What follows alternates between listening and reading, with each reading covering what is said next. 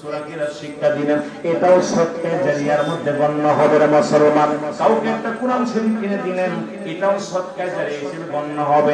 ওইটা যে যতদিন তেলাওয়াত করবে এটা সব আপনি কবরে শুয়ে পাবেন। মুসলমান না সত্যি হলো নেককার সন্তান, এটার মধ্যে বড় ভুলের মধ্যে আমরা আছি। একজন সন্তান নেককার সন্তানের বড় অভাব, এমন নেককার সন্তান যিনি আপনার কবরে শোয়ানোর পর 7টা হক থাকে পিতার উপরে, 7টা হক মৃত্যুর আগে, 7টা হক হলো মৃত্যুর পরে। তার মধ্যে মৃত্যুর পরে সর্বহক হলো নাম্বার 1 তাদের জন্য মুসলমান মাগফিরাত কামনা করা, 2 নাম্বার তাদের জন্য সওয়াব রেসানি করা, তাদের জন্য 7 নাম্বার হলো তাদের কবরটা জিয়ারত করে বেশি বেশি করে আল্লাহর দরবারে কান্দেন, রব্বির রহমহুমা কামা রব্বায়ানি সগীরা। চলে বলেন রব্বির রহমহুমা কামা রব্বায়ানি সগীরা।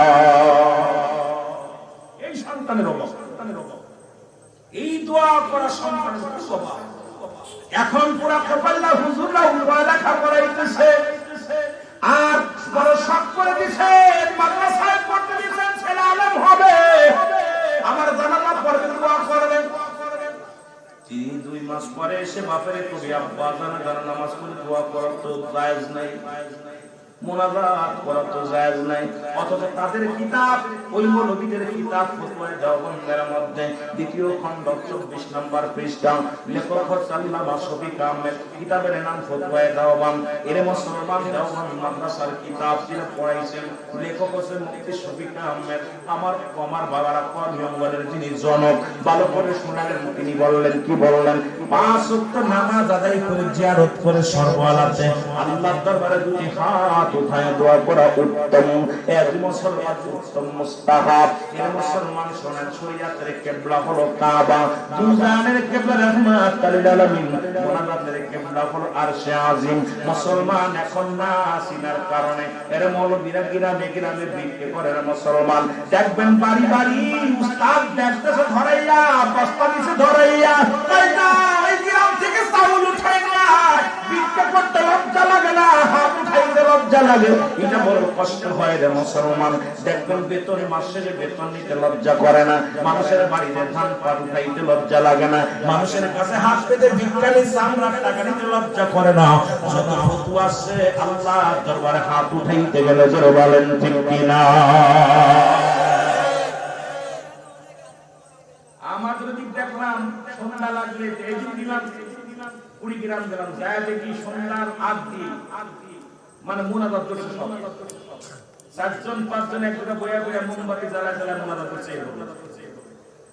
রুইতন হুড়তন টিকা কেউ কেউ দেখতেছে না, এভাবে দেখছে। আপনার কাছে মুনাজাত ধরে না?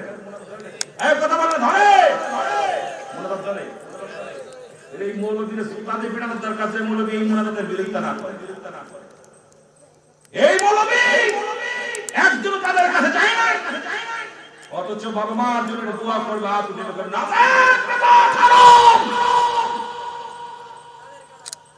আসল যেটা মুনাজাতে সারা রাখবে কেউ কারণ ঠিক কি না? আসেনি মুনাজাত, কথা বলে না। অথচ এই মৌলবীর কিতাব বলে 5 ওয়াক্ত নামাজ আদায় করে দোয়া করা। মুসলমান শোনো কি করা ওদের জন্য।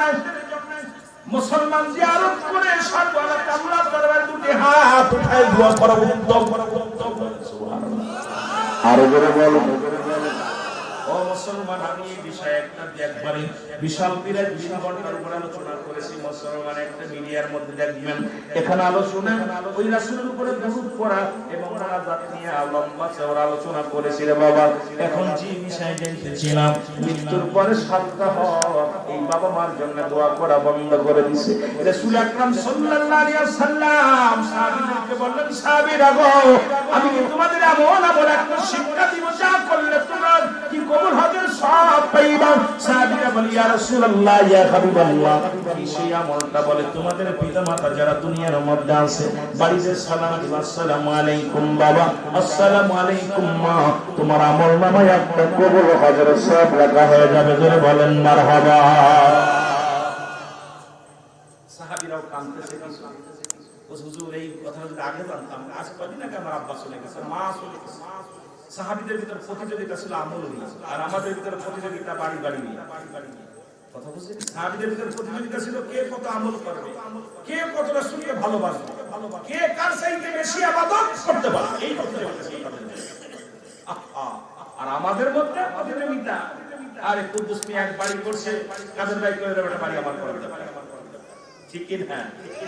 এ আমার ভাইরা, আমার বন্ধুরা, আমার নবীজি বলেন সাহাবীরা রে তোমরা কেন কান্দো? বলি ইয়া রাসূলুল্লাহ ইয়া হাবিবাল্লাহ, আজকে বড় এতিম, আমাদের ঘরে বাবা নাই, আমাদের ঘরে মা নাই। নবী বলে সাহাবীরা রে তোমরা কি আমার মত এতিম?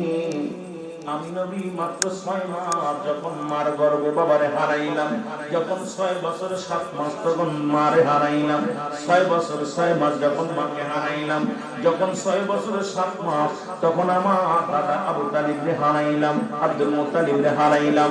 সুতরাং পৃথিবীর মধ্যে আমার মতে তিন কেউ নাই। আমার আল্লাহ কয় হাবিবে আর কাঁদবেন না, কারণ আপনার চোখের পানি আমি সইতে পারি না। জিবরিল আমিনকে ডাকতে বলে জিবরিল তাড়াতাড়ি যাও আমার হাবিবের জানায়া সই যেন দোয়া করে বলেন রব্বিনা হামহুমা কামা রব্বায়ানি সগীরা। জোরে জোরে চিল্লা বলে বলেন মারহাবা। মহব্বতের সঙ্গে দুরূদ শরীফ পড়েন আল্লাহুম্মা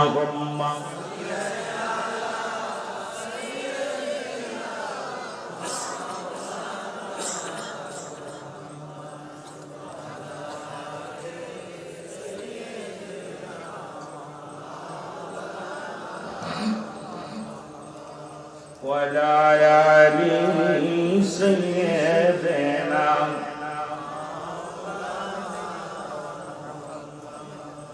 বাবা ওয়াজের ভিতর পড়াশোনা কি ওয়াজ নষ্ট হয়ে গেছে, আমরা সুন্দর একটা পড়াশোনা করছি, ধন্যবাদ তাকে। দেখছি মৃত্যুর সময় যদি কোনো মানুষের দুইটি লক্ষণ দেখা যায় তাহলে তার মরণ নাকি খুবই খারাপ হয়, খারাপ হয়েছে।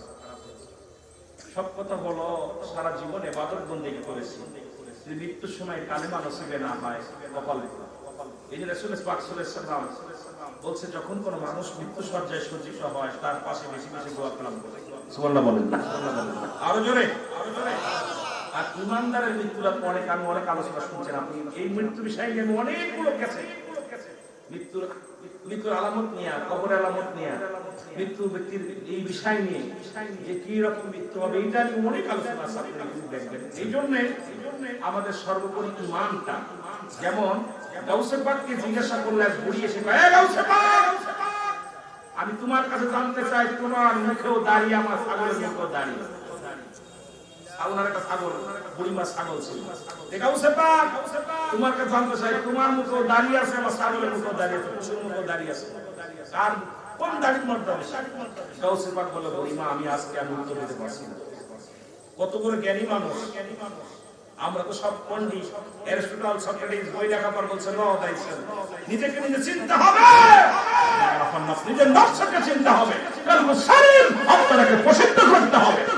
আমার দেশের মানুষ খালি উনার চিন্তা, বক্সার দাড়ি ছোট, লম্বা লম্বা হয়নি, পাতলা, বলি ভালো না, এ ভালো না, খালি অন্য চিন্তা, মানে খালি পর সৈনি খালি সমালোচনা করা বসে। গাউসে পাকের তেকাল কোষে বলি শুনতে পারছে, গাউসে পাকের কাছে আয়া, কবরের কাছে আয়া, বলমারাইশের কাছে, লাশের কাছে আয়া, এই গাউসে পাক এই বুড়া বলছে আমার থেকে গাউসে পাক থেকে প্রশ্ন উত্তর দিচ্ছে, দেইনি না দিয়া মারা গেল ঘটনা না। তখন উনি ইলহাম শুনতে পাইলেন, বুড়ি আওয়াজ, বুড়ি মা আমি দেখছি তোমার ছাগল নাই, রব্বে করিম আমার মুখের দাড়িটার বেশি দাড়ি বাড়ছে, কারণ আমি ইমানের সঙ্গে মৃত্যুবরণ করেছি। সুবহানাল্লাহ বলেন না, আরো জোরে, আরো জোরে। মুখে দাড়ি থাকলে ইমান না থাকে, অসংখ্য দাড়িওয়ালারা ঘুষ খাচ্ছে, অসংখ্য দাড়ি মুখে নিয়ে অনেক হাফেজ সাহেব, অনেক কারি সাহেব, অনেক মুফতি সাহেব গাঁজার ব্যবসা করি, ইয়াবার ব্যবসা করি, কথা বল না। প্রতিকালের ব্যবসা করে কতক্ষণ আছে না আমরা আমি বলবো আমরা সব এরকম সুরত করছি আলেম কোনদিন জালেম হয় না জালেম কোনদিন আলেম হয় না জোরে বলেন ঠিক কি না ওরা সুরত করছে আলেমে ওরা আসলে আলেম না ওরা জালেম জোরে বলেন ঠিক কি না কতক্ষণ না কেন মনে হচ্ছে আপনাদের সুন্দর আছে সুন্দর আছে এখন রবীন্দ্রনাথের দাঁড়িয়ে আর আমার দাঁড়িয়ে এক নয় তবে আমার ইমান মানুষের জীবনের ব্যক্তি দুইটা লক্ষ্য একটা হলো মানব জীবনের অমূল্য সম্পদের নাম হলো ঈমান আর ব্যক্তির জীবনের অমূল্য সম্পদের নাম রূহ রূহবিহীন যেমন বডির মূল্য নাই ঈমানবিহীন কোন আমলের মূল্য নাই এইজন্য মানব জীবনের অমূল্য সম্পদের নাম হলো ঈমান যারা বলেন ঠিক কি না একটা হলো আমল একটা হলো ঈমান একটা হলো আমল একটা হলো ঈমান আমল হলো নামাজ রোজা হজ যাকাত কুরবানি ইত্যাদি ইত্যাদির নাম হলো আমল আর ঈমান হলো নবী মুহাম্মদুর রাসূলুল্লাহ সাল্লাল্লাহু আলাইহি ওয়াসাল্লাম যারা বলেন মারহাবা এটা খেয়াল রাখা লাগে এজন্য আমাদের দেশে দেখবেন আমল এক শ্রেণী আছে আমল আছে ঈমান নাই আর এক শ্রেণীর ভিতরে ঈমান আছে আমলে ঘাটতি এই জন্য আমি অনেক কয়েকটা আলোচনায় কয়েকটা কথা বলেছি এটা নিয়ে অনেক কথা বলছি আরে যার ভিতরে ঈমান আছে ওর কপালে দাগ পড়ে না এখন যার ভিতরে ঈমান আছে ওর কপাল এখনো ফাটে নাই আর যার ভিতরে শুধু আমল আছে ওর কপাল ফেটে গেছে এই যে ফাইটে কালা হয়ে এরকম দাগ ফেটে গেছে কারণ ও তো খালি কপাল বসে নামাজ পড়ছে আমল আছে ঈমান নেই এই জন্য দুইটা জিনিস সুন্নতের ভিতরে ঈমানও আছে আমলও আছে যারা বলেন ঠিক কি না সুন্নাহ ঈমানে বিশ্বাস করে আমলে বিশ্বাস করে যারা বলেন ঠিক কি না আর দল আছে তারা আমলে বিশ্বাস করে ঈমানে বিশ্বাস করে না বুঝেননি বুঝেন আরো কি দেব কথা বুঝেন আল্লাহ আমার বুঝার এই জন্য মৃত্যুর বিষয় হলো অনেক সময় বেকারি এর দেখবেন একটা বাংলা একটা কিতাব বাইরেছে মৃত্যুর আগে হাসু আপনার মরণের আগে এবং পরে মৃত্যুর আগে এবং পরে এটা বাংলা কিতাব বাইরেছে এর মধ্যে মৃত্যু সজ্জায় কোন ব্যক্তি কোন হালাতে মৃত্যুবরণ করে এক কথায় আসছে যখন ঈমানদার মৃত্যুবরণ করে সর্বপ্রথম আরশের দিকে তাকায় ডান দিক থেকে এইভাবে ডান দিক থেকে কালেমা পড়তে পড়তে যখন মানুষ মৃত্যুবরণ করে তখন জান্নাত জাহান্নাম দেখানো হয় আর জান্নাতের গায়ে লেখা থাকে লা ইলাহা ইল্লাল্লাহু মুহাম্মাদুর রাসূলুল্লাহ ও যখন উপর থেকে এইরকম তাকায়া দেখবেন ওমন আপনারা মনে করে আমরা মানুষদের না উপর দিকে এভাবে তাকাবার পর ডান দিক থেকে এরকম চোখের পলকটা করে এভাবে এরকম মৃত্যুবরণ করে অনায়াসে তার জান্নাত বাইরে হবে সুবহানাল্লাহ বলেন না আবার যদি এমন ব্যক্তি দুনিয়ার মধ্যে ভালো কর্ম করেছে খারাপ কর্ম আছে এই ব্যক্তি অনেক সুদখোর ঘুষখোর হারামখোররা দাম দিয়ান করে কাম করে মৃত্যুটা সহজ করে দেওয়া হবে আখিরাতে তাদের স্বর্ণ আখিরাত তারা কিচ্ছু করে না যারা বলেন ঠিক কিনা কথা বলেন অনেক মানুষ মৃত্যু ভালো হয়েছে কিন্তু আখিরাত তাদের স্বর্ণ এই জন্য এটা নিয়ে কি করা যাবে না ফালাফালি করা যাবে না যে এরকম মৃত্যুবরণ করছে এরকম মরছে আমার মনে আমল মরতে হয়েছে ঈমান দিয়ে যদি মরতে পারি আমল দিয়ে যদি মরতে পারি ওইটা হলো জীবনের সাকসেস জোরে বলেন না সুবহানাল্লাহ সুবহানাল্লাহ আর জোরে বলেন আমার ভাইয়া চোখ উল্টিয়ে যাওয়া এবং পায়খানা প্রস্রাব করে যায় ফেলা এটা হলো মৃত্যু যন্ত্রণা যারা আদম আলাইহিস সালাম যখন খারাপ প্রকৃতির জ্ঞানটা ওই যখন এরা বলতেছিল আপনার একজন নবী উনি এখনো জান্নাতের মধ্যে আছে ইবলিস আলাইহিস সালাম চারজনকে এখনো জীবিত আছে নাম্বার 1 যিনি পাহাড়ের দায়িত্ব আছে নাম হলো হযরত ইলিয়াস আলাইহিস সালাম নাম কি যার নাম কি ইলিয়াস আলাইহিস সালাম একজন পানির দায়িত্ব আছে হযরত খিজির আলাইহিস সালাম নাম কি যার নাম কি এই মুখস্থ করেন নাম কি খিজির আলাইহিস সালাম আর একজন নবী এখনো জান্নাতের মধ্যে আছে জীবিত অবস্থা একবার মৃত্যুবরণ করেছে আবার জীবিত হয়েছে তারপরে জান্নাতে আছে নাম হলো হযরত ইদ্রিস আলাইহিস সালাম আর একজন নবী আমার নবী রাহমাতুল লিল আলামিনের উম্মত হয়ে আসবে নাম জানা আছে আমরা আলেমরা বলবো এর নাম কি হযরত ঈসা আলাইহিস সালাম মরিয়মের সুবহানাল্লাহ বলেন না মরিয়ম আলাইহিস সালামের তাই মরিয়ম আলাইহিস সালামের মৃত্যু যখন আজরাইল আসছে তখন ঈসা আলাইহিস সালাম আপনার মরিয়ম আলাইহিস সালাম বলতে আজরাইল আমাকে একটু সুযোগ দাও আমার কলিজার টুকরা সন্তানের লক্ষ্যে কিছু কথা বলবো আজরাইল বলে না সুযোগ হবে না এখনই যেতে হবে তখন আজরাইলকে যখন মরিয়ম আলাইহিস সালামের মৃত্যু হলো এরপর ঈসা আলাইহিস সালামের সাথে মা মরে গেছে মা ইন্তেকাল করছে মাকে যাক আল্লাহ বলেন আল্লাহর কাছে বলে আল্লাহ আমাকে তো আপনি শক্তি দিবেন যে মৃত্যু ব্যক্তিকে জীবিত করা আমাকে সুযোগ দেন আমি যেন আমার মার সঙ্গে দুইটা কথা বলতে পারি তখন মাকে ডাক দেওয়া হলো মাকে বললো মা তোমার মৃত্যুটা কেন হয়েছে বলো বলে বাবা রে পৃথিবীর মধ্যে তোরে দুনিয়া আনতে যত কষ্ট হয়েছে, এতে কত কষ্ট আমার মন বলছে, আমার কলিজাটা, আমি জীবিত মানুষের গায়ের সামনেটা তুলে, আমি জীবিত মানুষের কলিজাটা টানতে ছিঁড়ে নিয়েছি। দাদুর সালাম এসে বলে, হে সাল্লাম, আপনার মায়ের রূপটা বাইর করা হয়েছে, যেমন সন্তান মায়ের বুকে দুধ খাইতে খাইতে সন্তান যেমনি ঘুমায় যায়, ঠিক সে রূপ আপনার মায়ের জানটা কবা হয়েছে। হে মুসলমান, এইরকম মৃত্যু হয়েছে। এই সহজ মৃত্যু যদি এত কঠিন হয়, আর এই মরণের সময় যারা পায়খানা প্রস্রাব করে দেয়, তাদের কত কঠিন আযাব হয়। কবর আযাব হয় যারা বিনা মুক্তির মতো করে না, প্রস্রাব করে পানি নেয় না। এরপরে মনে অনেক কথা হলো, মৃত্যুর সময় অনেক কষ্ট হয়, নাফরমানদের জানটা কবজ হয়। আল্লাহ রাব্বুল আলামিন আমাদের জন্য সকলকে ঈমানের সঙ্গে মৃত্যু দেয়। জোরে বলেন আমিন। আরো জোরে বলেন আমিন। আরেকটা বেশি লেখছে, সেটা হলো কোন মানুষের মৃত্যুর 40 দিন আগে নাকি মৃত্যুর লক্ষণ দেখা যায়। প্রতিটা মানুষের মানুষ পরিবর্তন হয়ে যায়, মৃত্যুর আগ থেকে হয় তার চরিত্র ক্যারেক্টার পরিবর্তন হয়ে যায়। রব্বুল আলামিন তার ভিতরে অনুভব করে মৃত্যুর আগ থেকে এই ব্যক্তির চলাচলটির ভিতরে একটা ভয় ঢুকে এসে যায়। এটা আরো মহল্লে একটা গাছ আছে, যেটা গাছের একটা পাতা পড়ে যায়, আবার কেউ এক একজন বলছে এটা অনুভব করে যায় মানুষটা। এই জন্য মানুষ মৃত্যুর আগ থেকে আবার অনেকে টের পাওয়া যায় না, অনেক মানুষ টের পাওয়া যায়। এটা যারা ইমানদার তারাই লক্ষণটা বুঝতে পারে। একজন ইমানদার সে ব্যক্তি ওর মৃত্যু হবে 40 দিন পর উনি বুঝতে পারে। ইমানদার আমার মতো 2 নম্বর লোককে বলেন, একমাত্র ইমানদার যাদের ভিতরে আল্লাহ রাব্বুল আলামিন প্রেম নিদর্শন দিয়েছে, যার ভিতরে আল্লাহর গোলামি ঢুকছে, সেই ব্যক্তি 40 দিন আগে বলতে পারে, তার বুঝে অনুভব করতে পারে আমি চলে যাবো, দুনিয়া থেকে চলে যেতে হবে। আরো সে আমলের প্রতি উৎসাহিত হয়, ইমানের প্রতি আরো উৎসাহিত হয়। কারণ ইমানদার কখন তার প্রেম থাকে আল্লাহর সঙ্গে, তার প্রেম থাকে রাসূলুল্লাহর সঙ্গে, সে তো দুনিয়া বিনা, সে তো একমাত্র রব্বুল কারীমের পাগল। এই জন্য ইমানদার বুঝতে পারে, অনুভব করতে পারে। কিন্তু আমাদের মতো মানুষেরা বোঝা বড় কঠিন। আল্লাহ আমাদের বুঝার তৌফিক দান করুন, সকলে বলেন আমিন। এবং একটা এইটা কি কোন হাদিস শরীফে আছে ভাই? অবশ্যই এগুলো মাত্তুজ বলা, আমি বলছি ইমানদার যেটা রব্বুল আলামিন প্রতিটা মানুষের কলবের মধ্যে থাকে।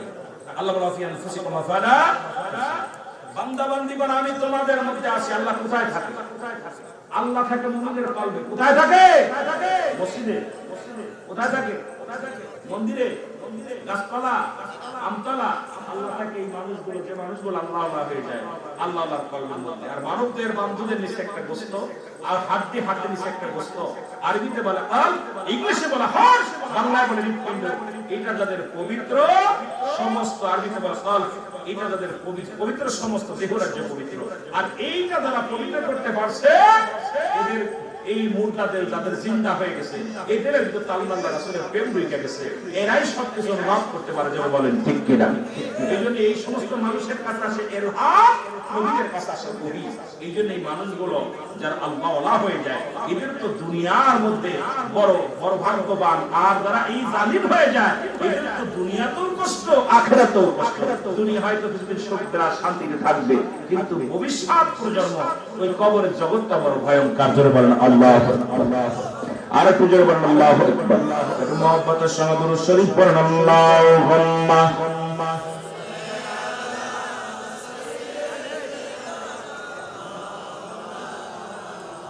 ওয়া লা ইয়ালি। সবাই একটু জিকির করেন, জিকির দাবি করতে ভাই। আমার সামনে একটা বন্ধ করা হচ্ছে, টাইম চলে গেছে, কিন্তু আমি তাও খেয়াল করতে পারিনি। ইসমে জাওয়াব আল্লাহ আল্লাহ